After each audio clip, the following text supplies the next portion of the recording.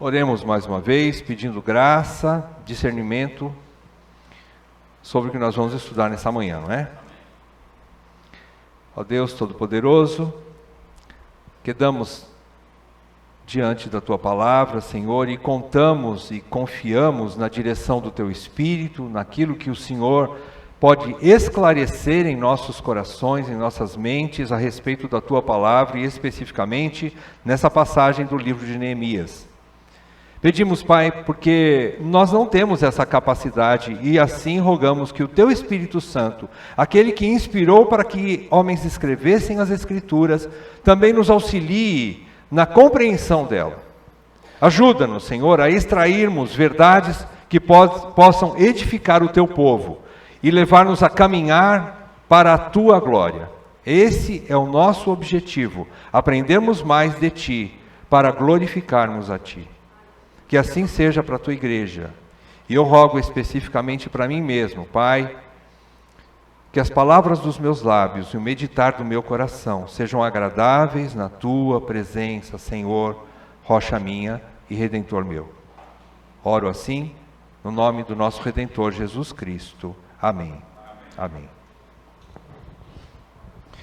Queridos, vocês viram aí, nós demos um grande pulo, um grande salto no meio de um texto, né, bastante comprido, mas você vai entender que aqui, esse texto que nós pulamos aqui, ele marca somente a genealogia ou a inscrição de várias famílias, várias cidades, o povo de Deus sendo registrado ali, ok? Mas creio que os versículos que nós lemos, nós vamos poder extrair as verdades que realmente podem edificar a igreja nessa manhã. Não que toda a palavra não edifique, não é isso. Mas vamos agilizar ganhando tempo, não é? E como eu havia pedido também para os irmãos lerem em casa todo o capítulo, isso agiliza bastante. Bom, o que nós vimos na exposição de número 8, na exposição passada deste livro. No capítulo 6, nós vimos que Neemias soube enfrentar os inimigos externos e internos sem desistir da obra. Nem as ameaças de morte, nem mentiras sobre o seu caráter, nem fofocas, e nem o famoso leva e traz, não o distraíram, nem o fizeram parar a obra. Seu foco na importância da obra, ele entendia que a obra era importante. Além disso, sua convicção de seu chamado, ele sabia quem o chamou, quem o arregimentou. E ainda mais, a sua boa consciência diante de Deus, ele sabia que o que ele estava fazendo era a vontade de Deus, essas convicções todas, e a sua vida de oração acima de tudo, e permeando tudo isso, ele era um homem de constante oração. Foram as armas com que o líder Neemias combateu o bom combate. Ele combateu todos aqueles ataques que tentaram impedir a reconstrução dos muros e a sua obra. Agora, nesse capítulo aqui, nós veremos que o líder sério almeja a edificação do povo, bem como almeja crescimento numérico da igreja. Ele almeja isso. É isso que Neemias fez aqui. Mas não a qualquer preço. Não a qualquer preço. Não através de meios ilícitos ou ilegais para com Deus.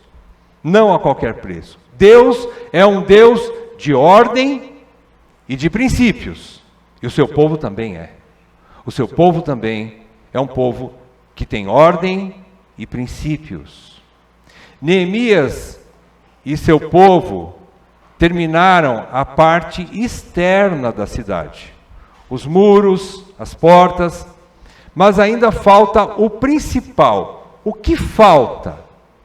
Você observa nos versículos de 70 a 73, que ali está o foco principal da reconstrução, ou especialmente da edificação dos muros. Qual é o foco principal? Restaurar o relacionamento do povo com Deus. Este é o foco principal. restaurar o relacionamento do povo com Deus. O foco é o templo. O foco é que o povo possa cultuar a Deus e, mais do que isso, ter uma vida piedosa. Este é o alvo. Através do ensino das Escrituras, através do culto, vejam que eles vão agora olhar para o templo. A segurança do povo e das famílias é importante. Mas eles estão olhando agora para o templo. Este é o alvo maior de Neemias. Muito bem. A primeira coisa que aprendemos com Neemias aqui é que ele mesmo, Neemias, preste atenção, Neemias nunca quis ser rei sobre o seu povo. Neemias nunca quis ser dono da igreja. Mas ele sabia que, como mais experiente entre os irmãos, e comissionado por Deus para isso, ele precisava tomar a frente em algumas questões. Queridos, vocês se lembram que Pedro, muitas vezes, toma a frente, mesmo sendo 12 os apóstolos, e Pedro, muitas vezes, ele se antecipa em algumas questões. Como o irmão mais velho, talvez mais experiente, ele é obrigado e até convocado por Deus para isso.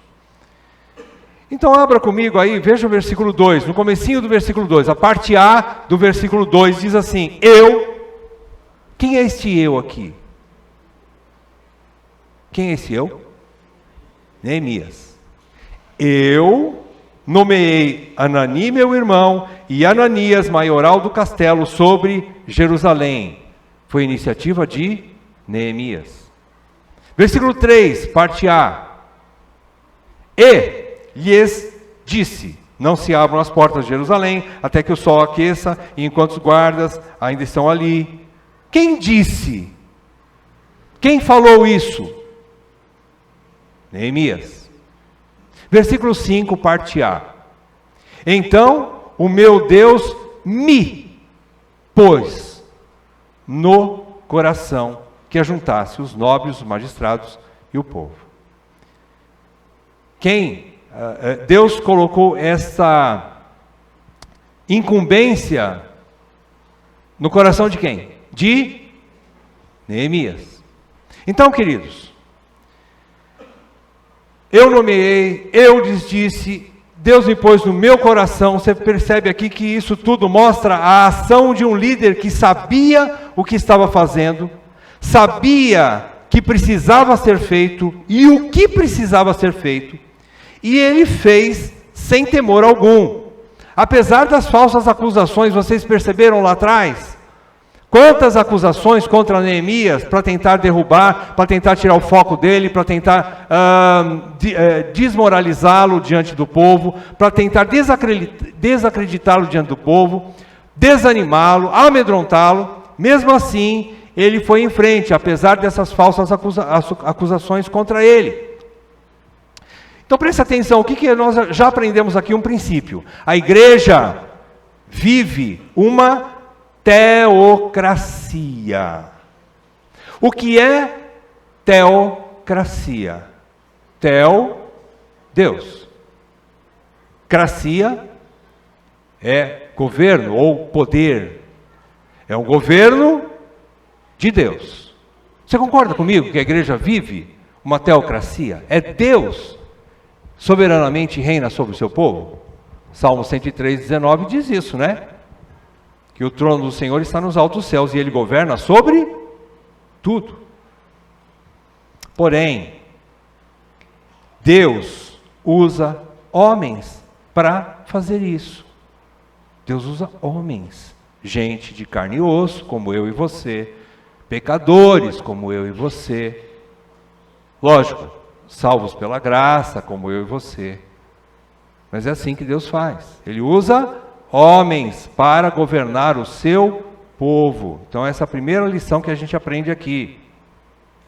Vamos então agora à primeira parte. Aliás, foi só um pano de fundo, né? A primeira parte nós vamos aprender aqui as medidas para proteger o povo de Deus, do versículo 1 ao versículo 4, versículos de 1 a 4, medidas para proteger o povo de Deus.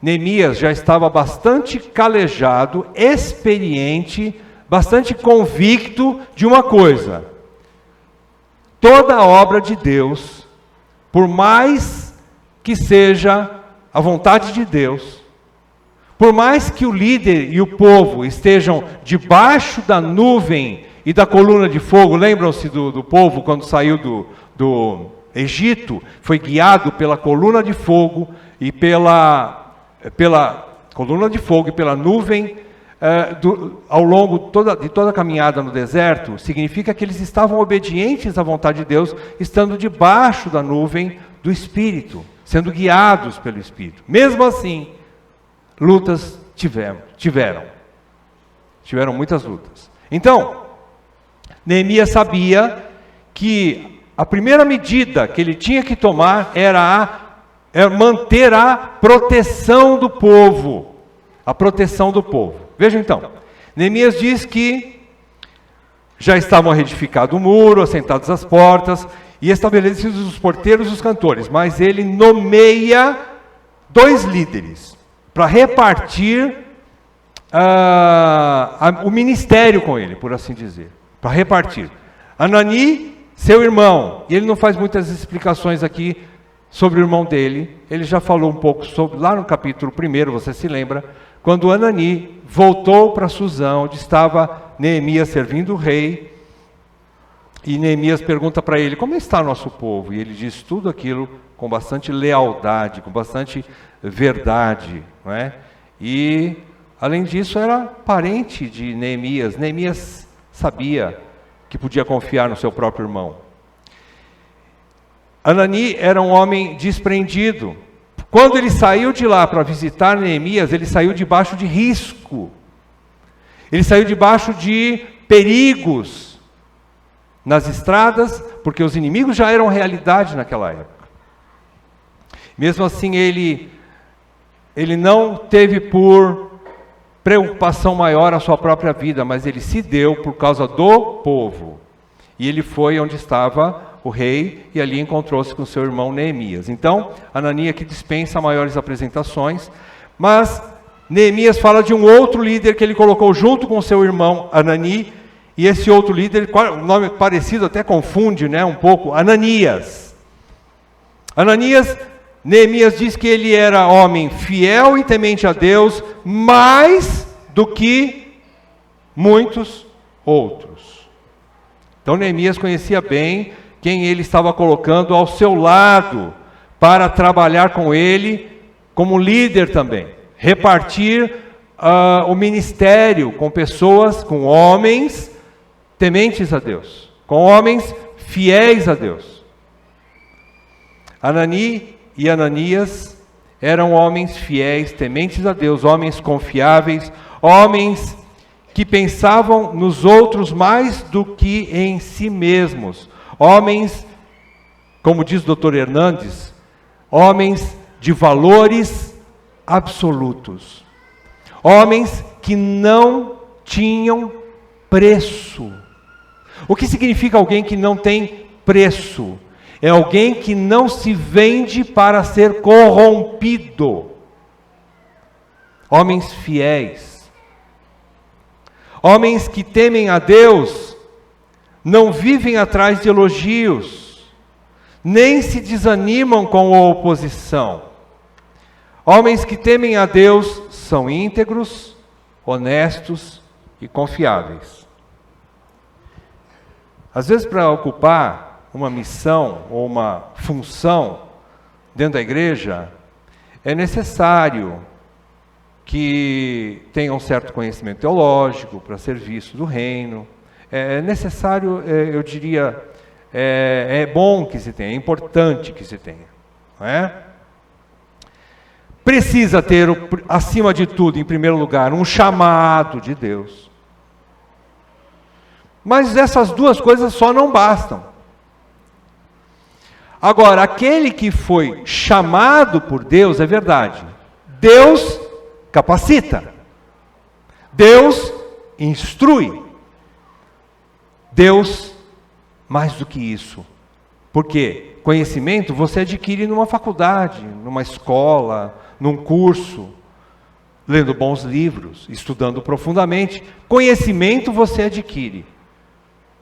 Caráter não. Eu não estou falando caráter humano, estou falando caráter de Deus na vida do homem. Um caráter transformado, segundo a imagem do próprio Filho de Deus. Só Deus pode fazer isso. É isso que a gente pode tirar, que pula, salta aos nossos olhos esse texto aqui. São homens que foram trabalhados por Deus de alguma forma, e eles comprovaram essa transformação, esse caráter, um caráter ilibado, irrepreensível, por conta desta obra de Deus na vida deles. E Neemias sabia disso. Então, são homens íntegros, honestos e confiáveis. Presta atenção também em outra coisa aqui. Quando Neemias fala que Ananias era o maioral do castelo, significa que Ananias já tinha experiência em servir o seu povo, de alguma maneira, já era, de alguma maneira, um servo, um político voltado ao seu povo. Significa que ele já tinha dado testemunha também de sua fidelidade. Em alguma medida, Neemias e o povo sabia quem era Ananias. Era um homem temente a Deus, um homem fiel e um homem pronto. Em alguma medida, ele já estava preparado, experiente, para poder assumir um cargo, uma função difícil. Qual era a função que Neemias almejava, colocando Anani, seu irmão, e Ananias, o seu irmão também na fé, para auxiliá-lo nesse ministério? Qual era o objetivo? Que o povo de Deus fosse protegido. Vocês percebem no restante dos versículos 3 e 4, o objetivo era manter proteção nas portas de Jerusalém. Neemias dá toda aquela instrução para eles passarem também para os guardas das portas, para os guardas que se punham em cima dos muros, para os guardas que ficavam dentro da cidade. Algumas orientações aqui. Tomar cuidado com o sol, porque lembram-se alguma passagem nos Salmos? O salmista diz que eu almejo o Senhor como o sentinela almeja pela alvorada, pela manhã, pelo sol. Porque passar a noite inteira guardando como sentinela dentro de uma... Quem passou por isso sabe, né? Os militares, né? Ficar guardando um local, uma região do campo, do esfera de ação ali, ele tem que ficar protegendo, ele fica a noite toda ali, vigiando, tenso, escuro. Você não sabe por onde vem o inimigo, se é que vem, se não vem, quando que vem, como que vem. É tenso. Então ele almeja pelo raiar do dia. Quando o sol sai, ele então se rende, ele rende a guarda, ele pode sair e descansar, né? Ou então troca com outro soldado. Então é assim que trabalha. Então é como Neemias estava falando aqui.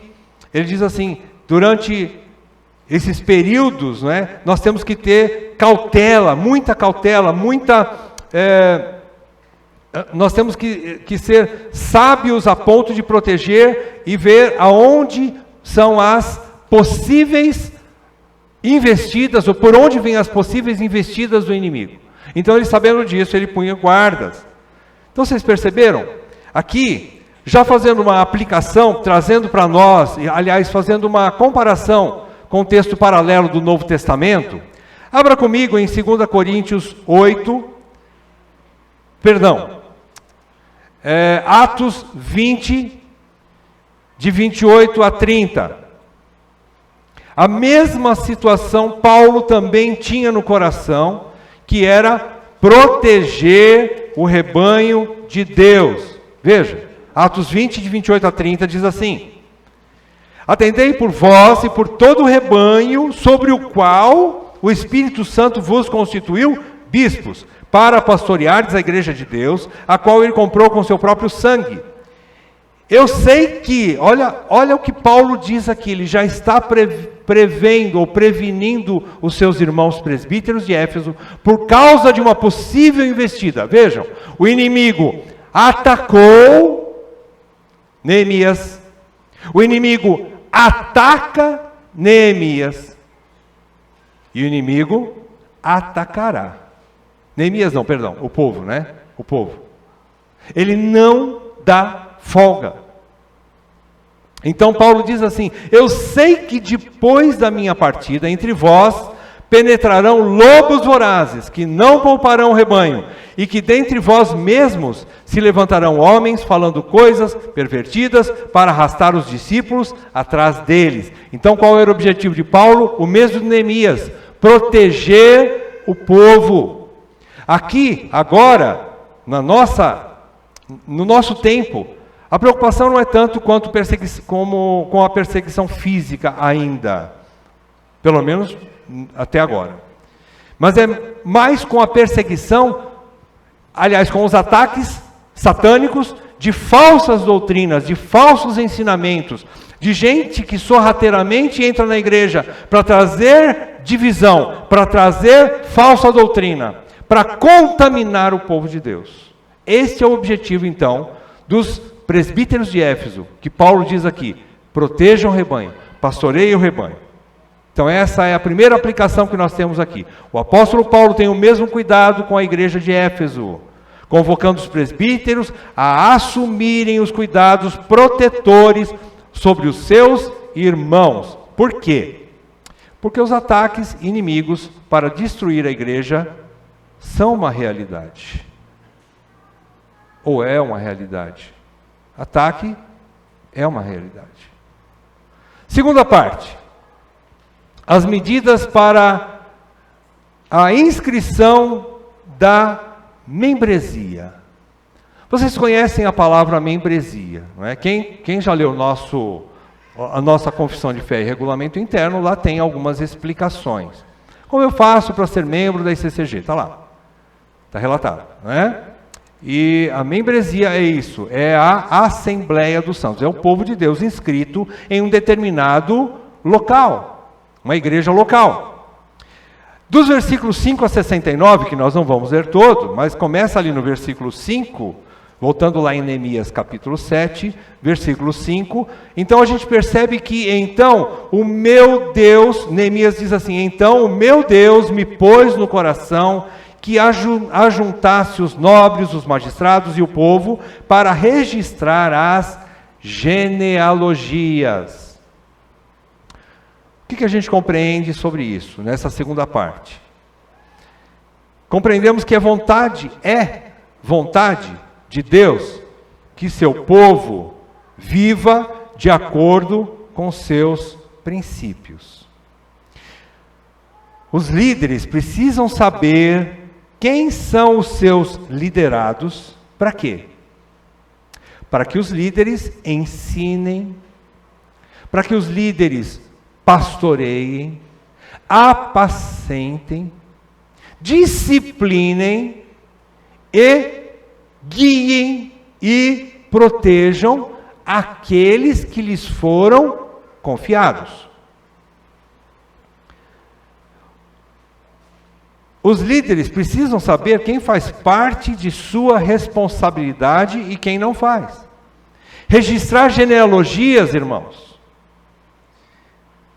A gente entende que o simples fato de uma família estar na cidade não significa que essa família ou aquelas pessoas eram cidadãos oficiais daquela cidade.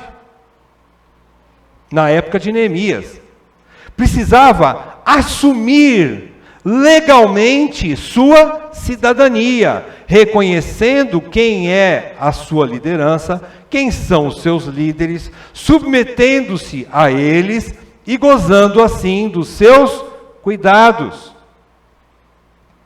Então, quando Deus coloca no coração de Neemias que fizesse a inscrição, e aqui ele relata o mesmo relato que temos em Esdras, capítulo 2, inclusive, quando ele fecha lá no versículo 66, veja lá comigo, toda esta congregação junta foi de 42.360, versículo 67, afora os seus servos e as suas servas, que foram 7.337, e tinham 245 cantores e cantoras, e, pasmem, eles arrolam até os seus bens.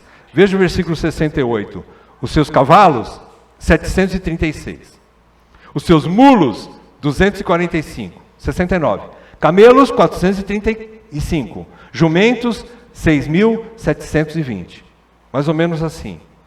Tem alguns lá que tem uma caminhonete, 0 quilômetro.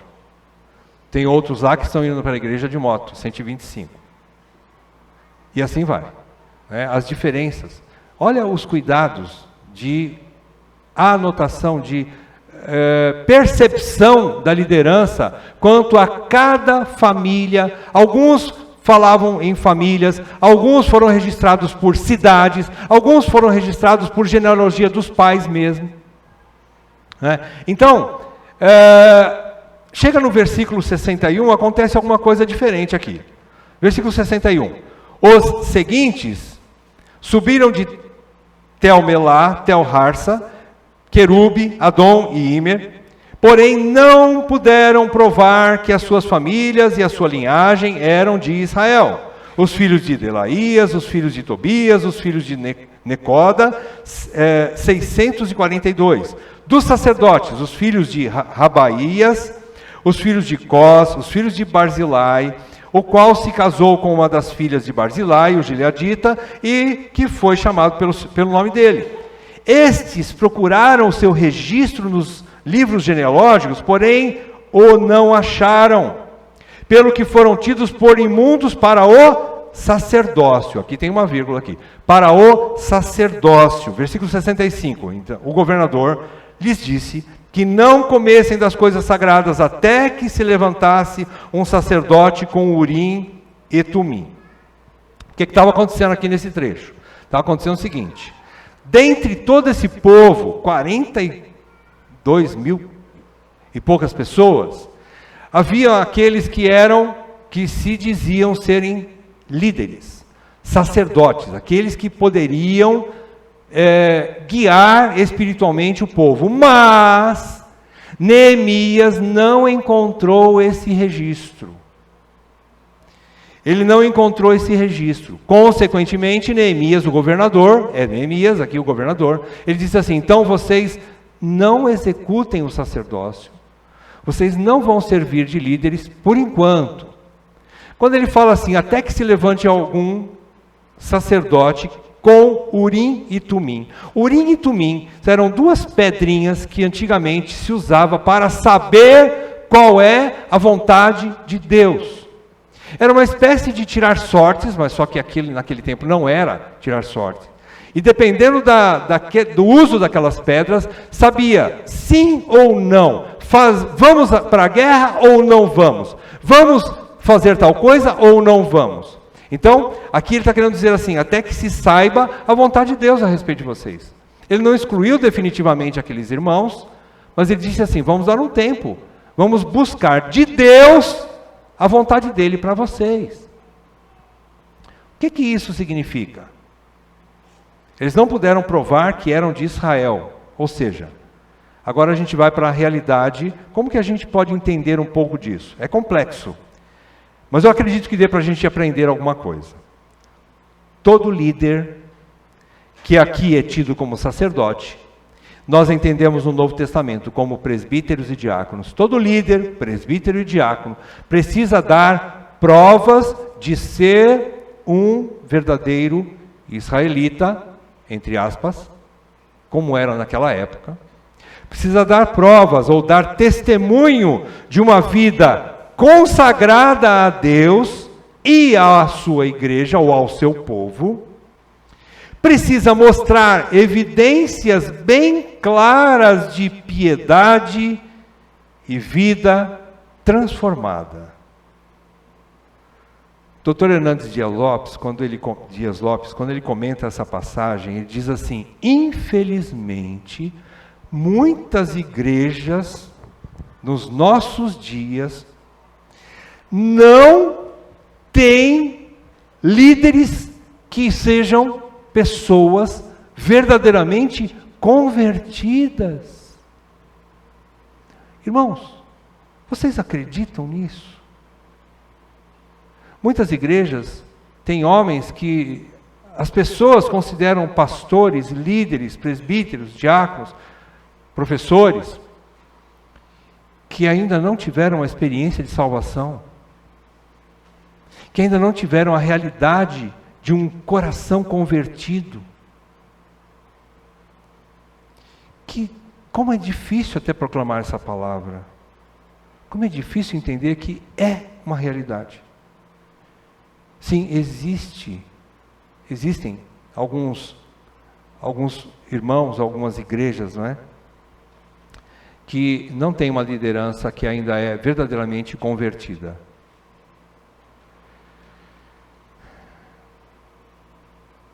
Qual é a aplicação que a gente pode então trazer para nós usando o Novo Testamento? Primeiro ponto.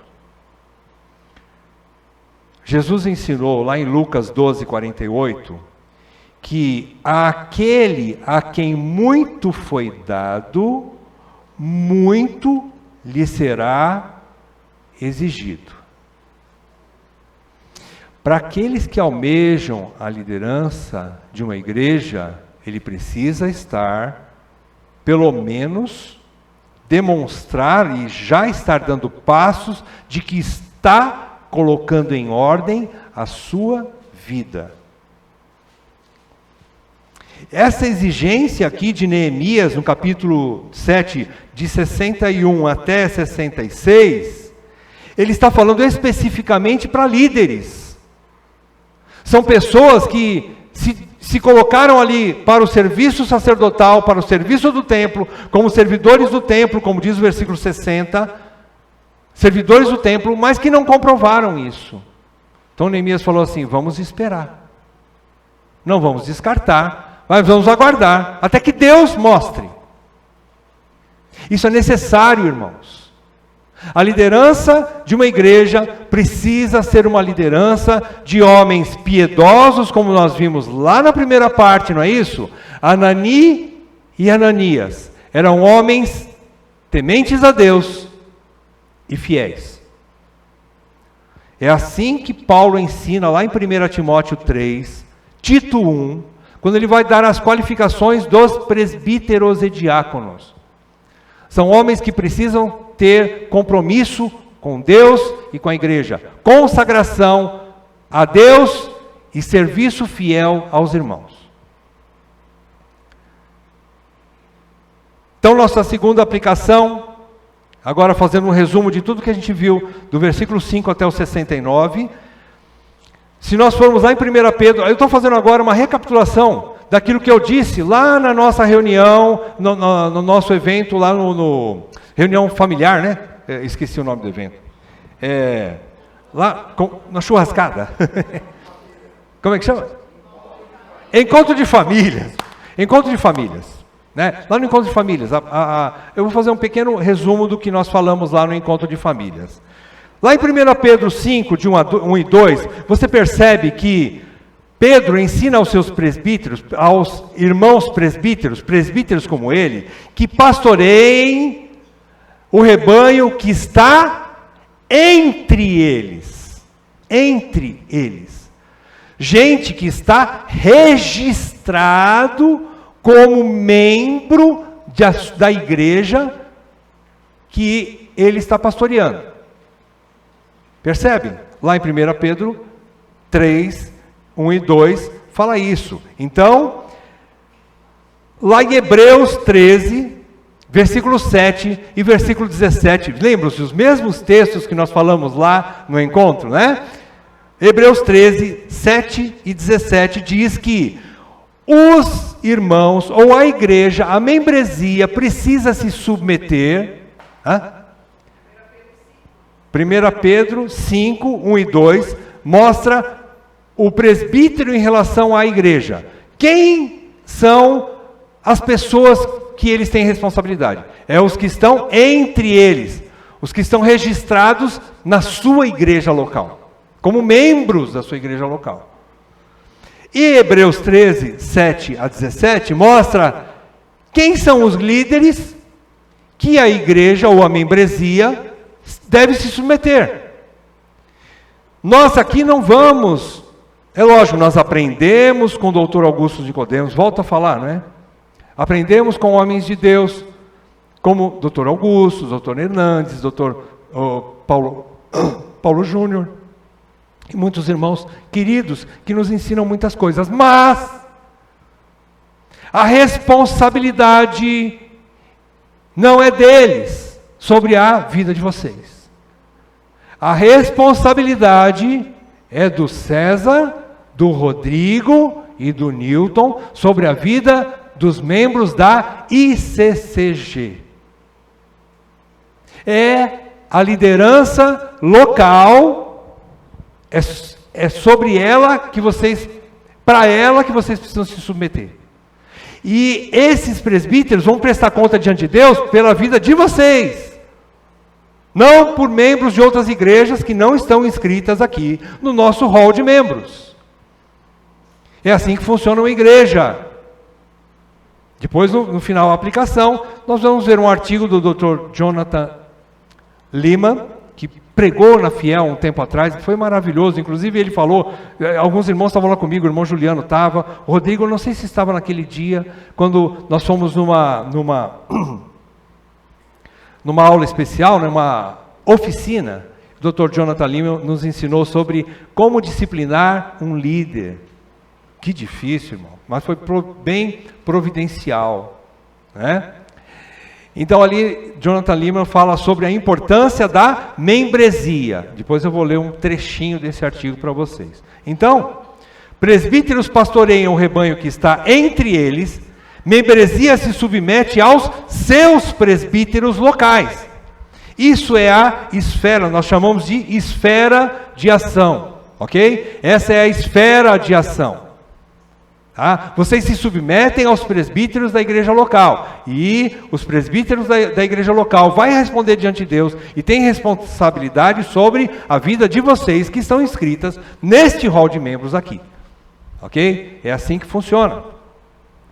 Terceira parte, sobre a contribuição financeira para a obra, pula lá para o versículo 70, contribuições para o templo. Aqui do versículo 70 a 73, a gente vê aqui que o crescimento e sustento da igreja de Deus é tarefa de todos. O crescimento e o sustento da igreja de Deus é tarefa de todos. Perceberam lá que eles começam a falar, Neemias começa a falar que alguns dos cabeças das famílias contribuíram para a obra. O governador contribuiu para a obra. Versículo 71. Alguns mais dos cabeças das famílias contribuíram para a obra. Versículo 72. O que deu o restante do povo foi contribuíram para a obra. Então, todo mundo contribui para a obra. Todos contribuem para a obra.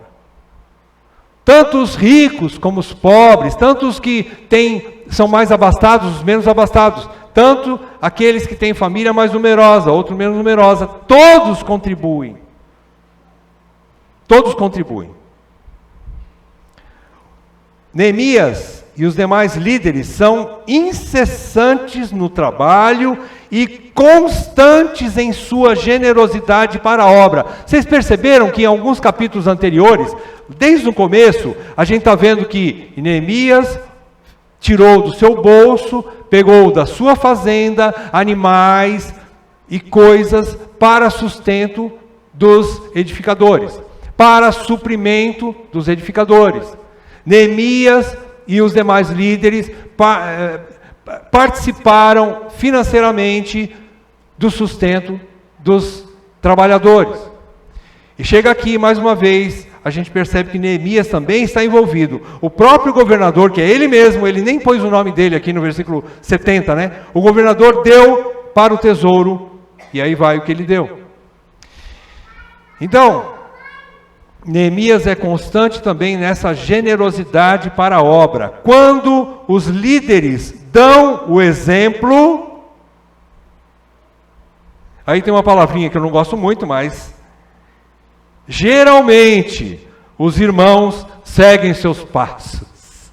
Não posso dizer sempre e todos os irmãos seguem os seus passos. Infelizmente, eu não posso dizer isso. Eu gostaria de dizer assim, todo mundo segue o líder. Não. Mas geralmente. E é isso que o líder tem que fazer mesmo. Os resultados deixa para Deus. Vejam, nós estamos aqui para ensinar, mas nós não temos poder de fazer com que todos vocês obedeçam. Nós não temos esse poder.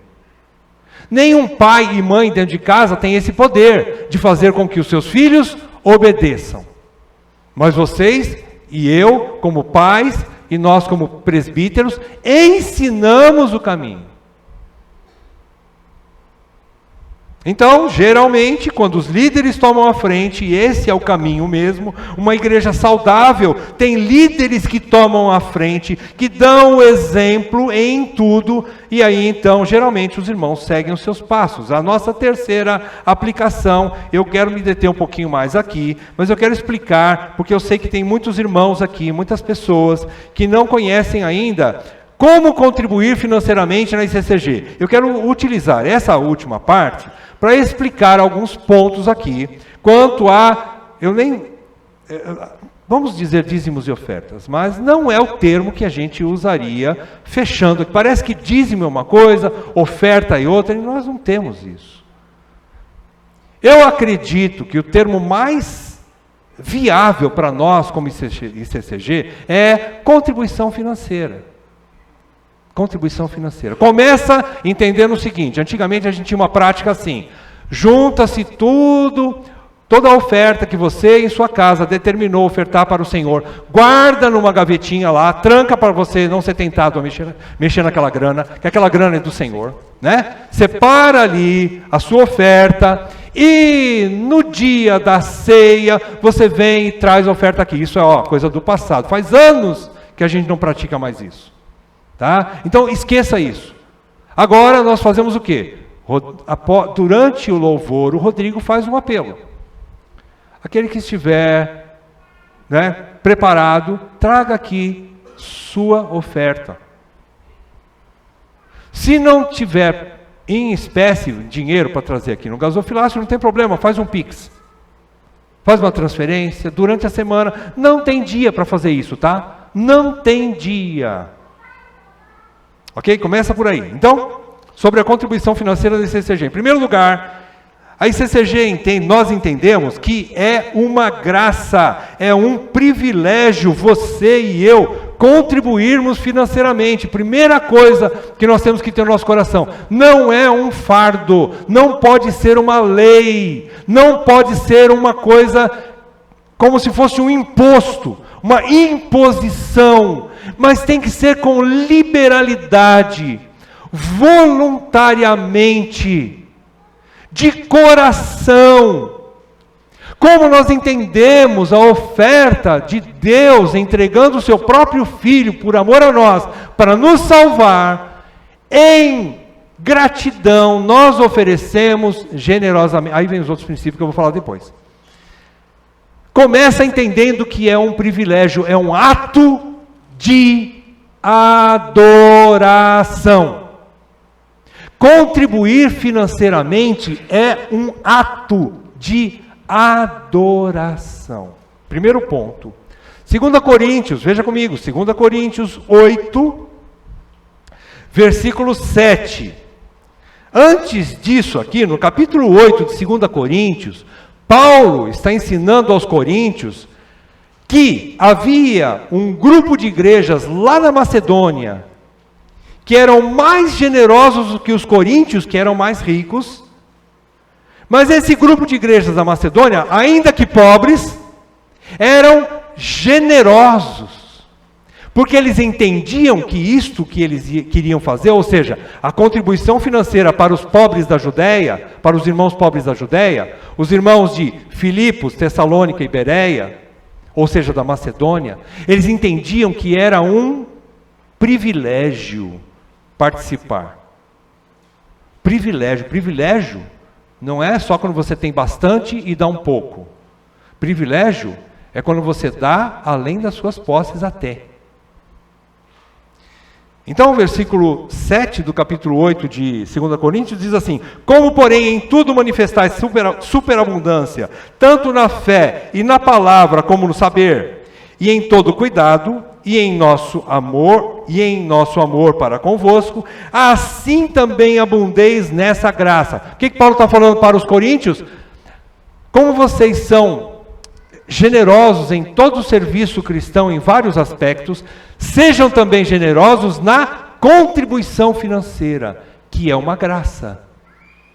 É uma graça. Graça aqui significa privilégio, honra. Primeiro ponto, então, que nós entendemos com o ICCG, que a contribuição financeira é um privilégio, é uma graça. Agora abra comigo 1 Coríntios 16, 1 e 2. 1 Coríntios 16, 1 e 2, diz assim: quanto à coleta para os santos, fazei vós também como ordenei às igrejas da Galácia. No primeiro dia da semana, cada um de vós ponha de parte em casa, conforme a sua prosperidade, e vá juntando, para que se não façam coletas quando eu for. Vamos tirar alguns princípios daqui, que nós entendemos. Primeiro princípio, quando Paulo fala assim, no primeiro dia da semana, nós entendemos que esse primeiro princípio é que a nossa contribuição financeira, como membro da ICCG, é que ela precisa ser sistemática e constante. Não é dar um mês, aí passa 10 meses sem dar, sem ofertar, não. Ela tem que ser constante, sistemática. Ela tem que ser previdente também, você tem que se prevenir, né? Então, ela é sistemática. Primeiro ponto é ser constante. Constante. Pagar conta de luz, conta de água e todas as despesas da nossa igreja acontece uma vez só por ano? Não. Todo mês. A maioria de vocês aqui recebe salário todo mês. Faça, então, a oferta todo mês. Supre, então, a necessidade da igreja. Primeiro ponto, então, primeiro princípio é sistemática e constante. Segundo ponto, Paulo diz assim, cada um de vós em casa. Qual é o segundo princípio aqui? É pessoal, é particular. Às vezes alguns irmãos perguntam assim, estou incomodado com esse negócio aqui, mas tudo bem. Está puxando a minha orelha para trás. A gente precisa entender o seguinte, eu tenho uma prática lá em casa, sistemática. Agora, alguns irmãos perguntam assim, e quanto, irmão? 10%, 15%, 20%? Eu preciso entender que, primeiramente, ela é pessoal, ela é particular, ela não depende do outro. Eu preciso ter a minha experiência. Eu preciso ter a minha experiência. Então, esse ponto aqui é que você senta com a sua esposa, com seus filhos, orem ao Senhor e diga assim, Senhor, eu sei que eu preciso ser generoso, eu sei que a igreja precisa, né? E eu quero ser sistemático.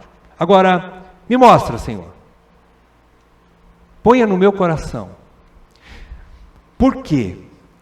Porque muitos dizem assim, mas se deixar assim, é verdade, o coração é enganoso.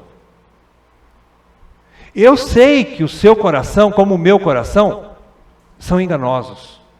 Os nossos corações são enganosos. Só que tem uma outra coisa dentro de nós. Chama-se Espírito. Eu preciso confiar na obra do Espírito na vida de vocês. Se não, eu engesso vocês e vocês vão ser tudo parecidinho com o Newton. Como é que o Newton faz? Ele faz assim, vou fazer igualzinho, vou fazer igualzinho, vou fazer igualzinho. Nós não podemos andar assim, nós andamos no Espírito. Então eu preciso crer que você vai ter boa consciência e diante de Deus você vai entender, Senhor, eu quero participar. Eu quero ser generoso. Eu entendo a graça do Evangelho na minha vida. Eu entendo a tão grande salvação que o Senhor me deu de graça, incondicionalmente. Então, por amor a Ti, Senhor Jesus, e por amor aos meus irmãos lá da minha igreja, me ajuda a ser generoso. Me dê graça de ser generoso. Então aqui, mostra que é pessoal, cada um em sua casa. Terceiro princípio, ele diz agora então, conforme a sua prosperidade. Conforme a sua prosperidade. Lá em 2 Coríntios, capítulo 9, Paulo também fala isso. Paulo fala assim, cada um contribua conforme propôs em seu coração. Mais uma vez, eu não estou falando com aquela parte do seu coração que é corrupto. Eu estou falando com aquela parte do seu coração que é convertido. Eu creio que Deus te salvou, te deu um novo coração e converteu tanto o seu coração quanto o seu bolso. A sua conta bancária está convertida também. O seu talão de cheque, nem usa mais talão de cheque, né? Enfim, o seu dinheiro também foi convertido. Então Paulo diz assim, né? Conforme a sua prosperidade. Aí então o terceiro princípio é que a contribuição financeira é proporcional. É proporcional. Como diz Paulo, não segundo o que você não tem, mas segundo o que você tem. Simples assim. Segundo o que você tem. 2 Coríntios 9, versículo 5, um outro princípio aqui. 2 Coríntios 9, 5, eu vou fechar agora. Paulo diz assim: portanto, julguei conveniente recomendar aos irmãos que me precedessem entre vós e preparassem de antemão a vossa dádiva já anunciada, para que esteja pronta como expressão de generosidade e não de avareza. Então, o quarto princípio, simplesmente para fechar, é que a contribuição financeira é generosa. Generosa. Ok? Então, esses princípios aí. Ela é sistemática, ela é pessoal, particular, ela é proporcional segundo o que você tem e não conforme o que você não tem, mas ela também é generosa. Ela é generosa. E tudo isso permeando como se fosse uma adoração ao Senhor. Você vai fazer o melhor que você pode para o Senhor. Como graça. Como adoração. Ok? Então são esses os princípios. Lógico, a gente vai ensinar mais vezes a respeito disso. Mas só para fazer um pequeno resumo, que foi longe demais, né? Esse pequeno resumo, mas aí já deu para você ter alguma noção como que a Igreja Cristã em Campo Grande ensina sobre contribuição financeira, ok? E mais alguns detalhes, depois vocês perguntam para os outros presbíteros. Bom, fechando, duas últimas aplicações.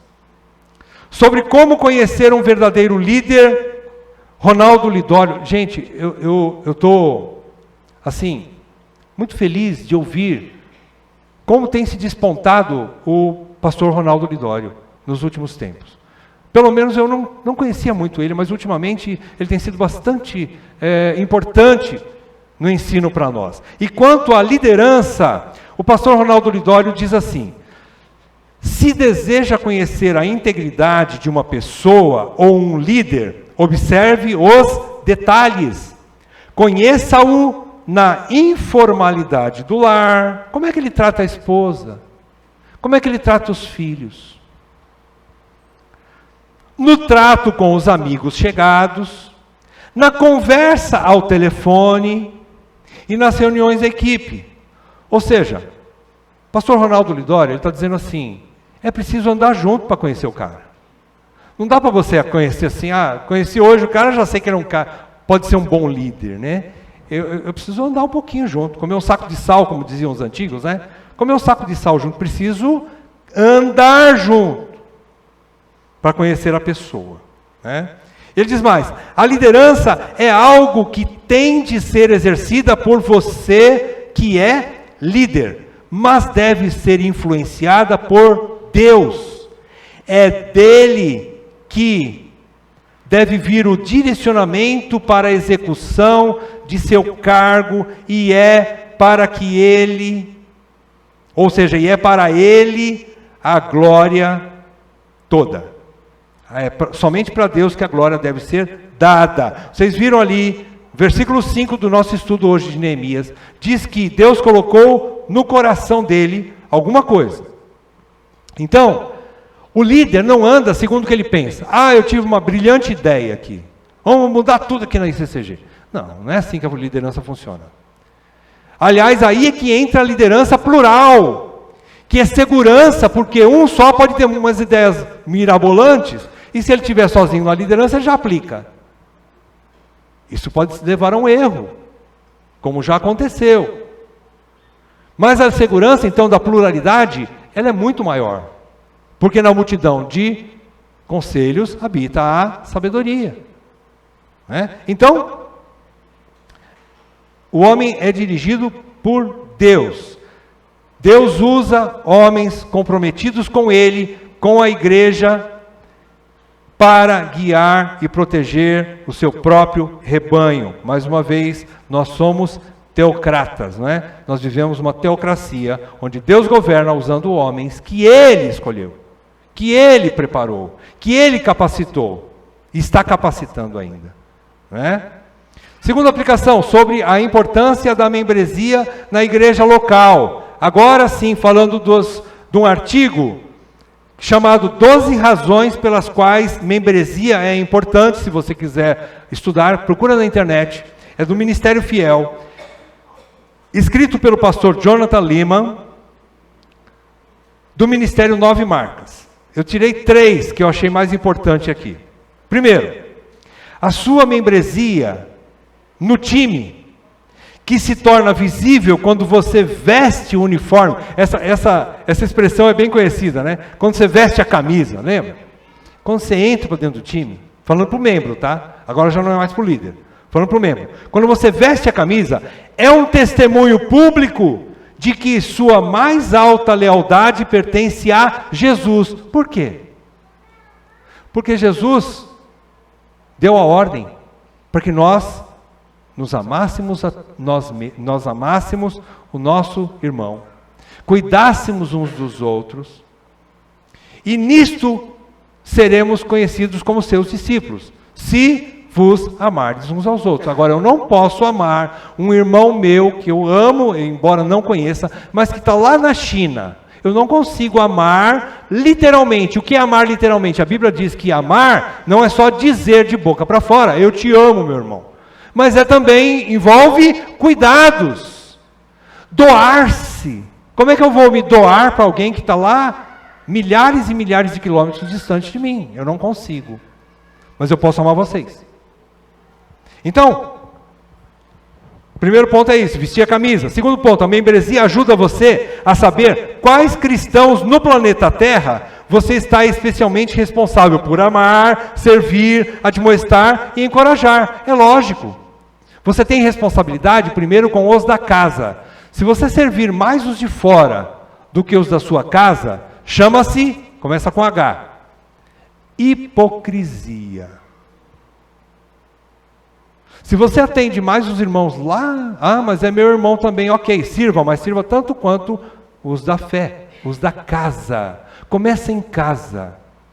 Uma coisa que eu aprendi no casamento. Eu gostava de dar presentes bonitos quando alguém se casava, um outro casal, né? Casalzinho novo, gostava de dar presentes caros. Mas a minha esposa não tinha aquilo que eu dava para os outros. Tive que aprender. Primeiro os da casa. Se a minha esposa não tem, eu não vou dar para o de fora. E assim a igreja também. Terceiro ponto, a membresia ajuda você a saber quais líderes cristãos no planeta Terra você é chamado para obedecer e seguir. Presta atenção, aprenda com Marcos Granconato, aprenda com Augusto Nicodemos, Paulo Júnior, ouça esses homens, mas, entenda, quem vai responder diante de Deus por vocês são os seus presbíteros dessa igreja. Submetam-se a eles acima dos outros. Presta atenção nisso. Isso aqui não é ditadura. São princípios de Deus. Chama-se princípio de Deus. Você tem responsabilidade com os seus líderes da igreja local, tanto quanto eles também têm responsabilidade com você, com a sua vida. Eles vão responder diante de Deus por sua vida. Então, submeta-se a eles. Ok? Que Deus nos ajude, né? Palavra dura, né? Palavra difícil. Porém, para nós que somos espirituais, se são princípios bíblicos, Deus vai dar graça para você. Creia nisso. Deus vai dar graça para você. Amém?